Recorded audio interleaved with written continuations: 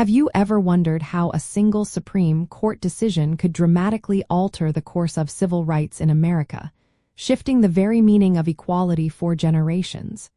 It is a complex story deeply rooted in the post-Civil War era. Plessy versus Ferguson profoundly redefined the 14th Amendment by establishing the legal doctrine of separate but equal, effectively sanctioning racial segregation. This ruling declared that states could requiring separate facilities for Black and white citizens as long as those facilities were deemed equal, thereby severely limiting the amendment's original intent to ensure equal protection for all. The 14th Amendment, ratified in 1868, was designed to grant citizenship and equal civil and legal rights to formerly enslaved people. Its Equal Protection Clause states that no state shall deny to any person within its jurisdiction the equal protection of the laws. However, the Supreme Court in 1896 interpreted this clause very narrowly. They reasoned that the amendment was intended to enforce political equality, not social equality. The majority opinion argued that segregation did not inherently imply inferiority, and that separate facilities could indeed be equal, provided they met a minimal standard. This judicial interpretation legally sanctioned de jure segregation, making it incredibly difficult to challenge discriminatory practices through the courts for decades. It essentially created a loophole, allowing states to circumvent the spirit of the amendment. To understand the practical impact, consider how this ruling allowed states to enact Jim Crow laws across the South and beyond. This meant that everything from schools and public transportation to restrooms and water fountains could be legally segregated.